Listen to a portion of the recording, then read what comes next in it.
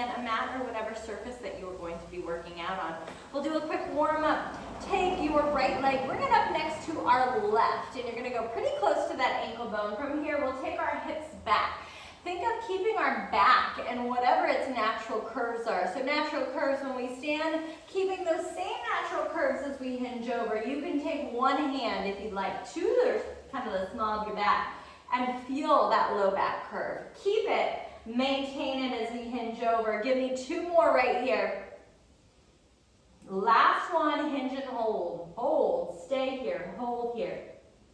Feel your abdominals engage. Get that nice stretch through the back of our leg, our hamstring, and we'll keep holding for 3, 2, and 1. Switch, go to the other side. Our right leg goes down, left foot comes right next to our right ankle bone, and then the same, we'll take our hips back, and then we'll bring it back up. So today, for sake of time, we'll probably go through 2 times. We may get a third. However, please do this as many rounds as you'd like. Put it on. Rewatch, do it a second time through. You'll get about 4, maybe even 6 rounds through. Let's go hinge, stand it all the way back up, hinge, and up. 1 more. Let's go down and hold it here, stay here. Feel that stretch through the back of the leg. Make sure we're sticking our butt out. Our sternum stays lifted just so that you can keep the shape of your low back for 3, for 2, and 1. Bring it all the way up. Square it up, hands are gonna come behind the head. We rotate to the right. Come back center and rotate left. Feel your head push back into your hands so you get long through the spine. And as we rotate to the right, keep our hips facing forward. Facing forward, we have a soft knee. That way, our hips, our pelvis can kind of like find their spot right underneath us. Let's go 1 more each way. And then bring it down into an all-fours position. Wrists go underneath our shoulders, knees underneath our hips. This is the only time that we are going to be down kind of on our wrists. From here, you'll hug your shoulder blades in the direction of one another and then come all the way back up. If it doesn't work for knees or wrists to be down on the ground, keep going with this, hugging our shoulder blades, pressing up. You can do the same thing in a standing position. Hands go up against a wall, and then you'll feel your shoulder blades hug, and then you'll push away.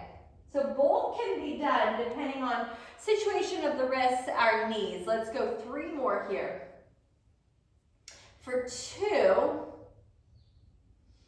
last one, and then we'll release. We'll stand it up if we're not already there, and grab both of our weighted objects. We have a staggered stance deadlift.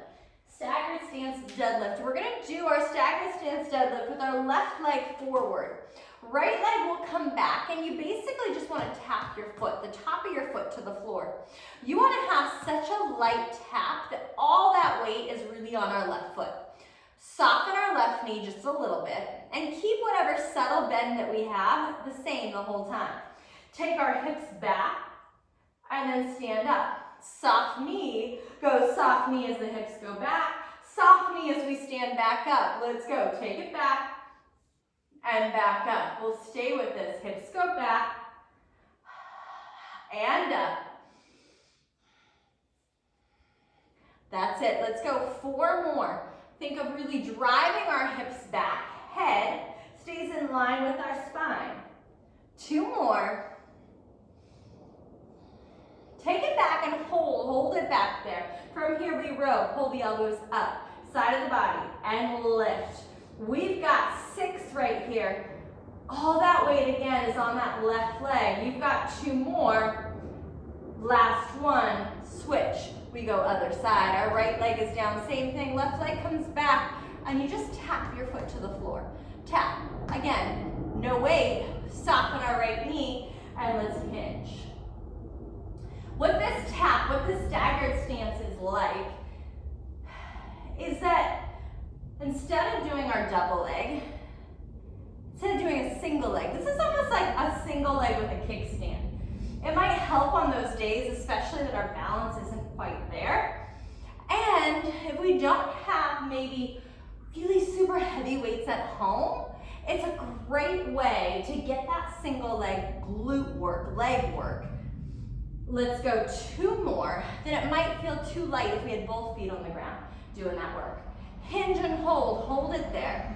Let's go rows, pull it up and lift. We've got 6, up, up. Give me 2 more, lift, last one, and then we'll release. Set our weighted objects down. Hands will go behind the head. Push our head into the hand. From here, we go right shoulder to our left hip, and then right shoulder to our right hip. So we cross over and cross it over. When we have this little combo, I want us to think shoulders and hips. So it's very easy to think elbows and knees, but that's not where that movement's coming from. Think shoulder and hip, shoulder to meet the hip. That's where you're gonna get a lot of that core work in. Let's go 2 more.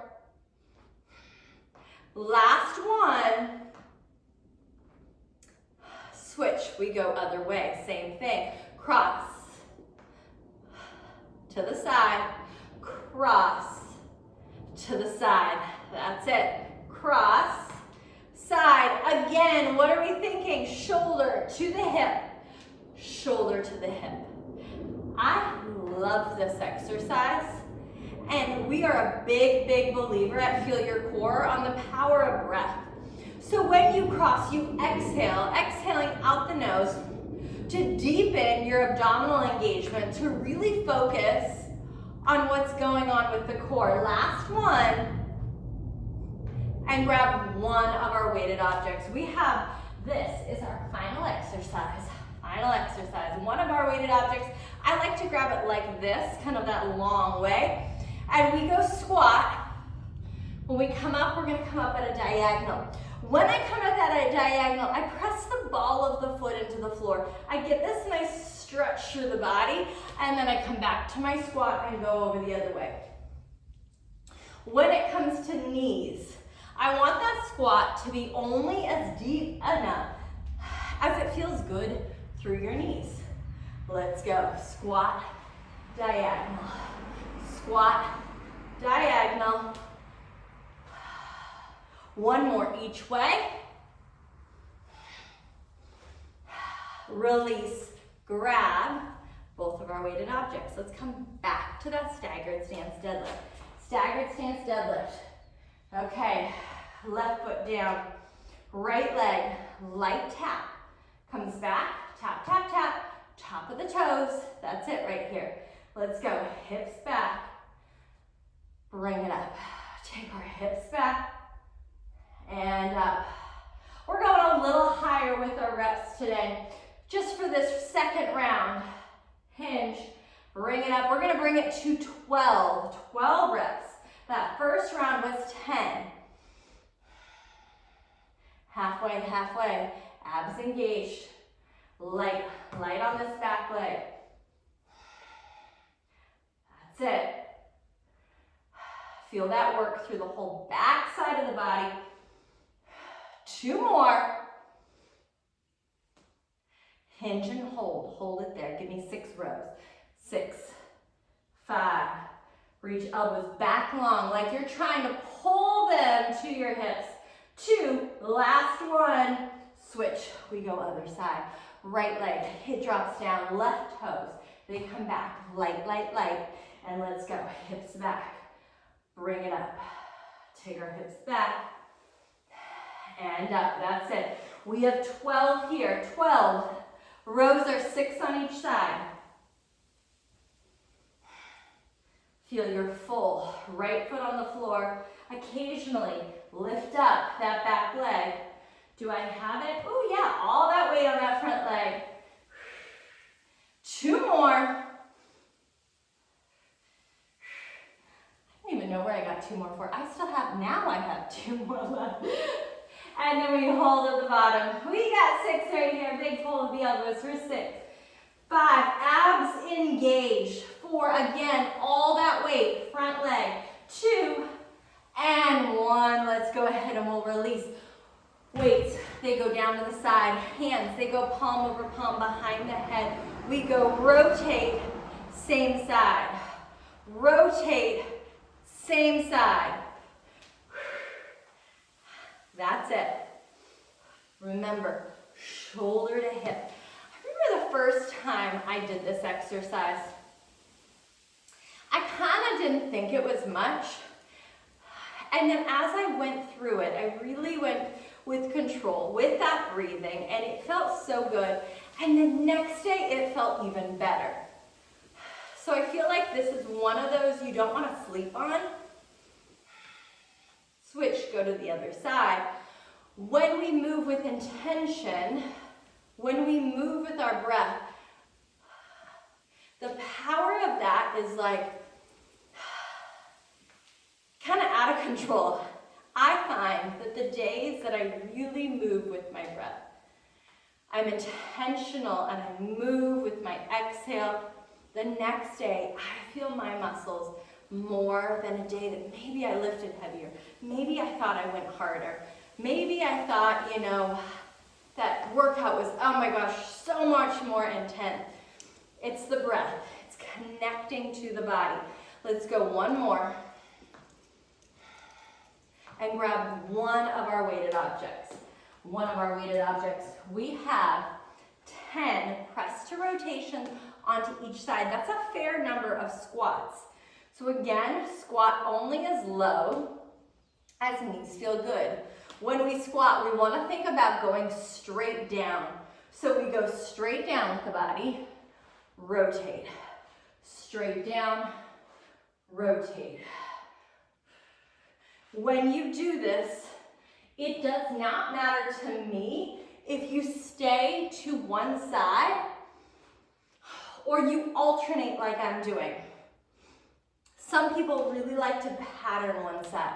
Feel that side, move through it. I find this is the case for sure if you have an injury because your body kind of gets used to it and then you just pattern that same side over and over.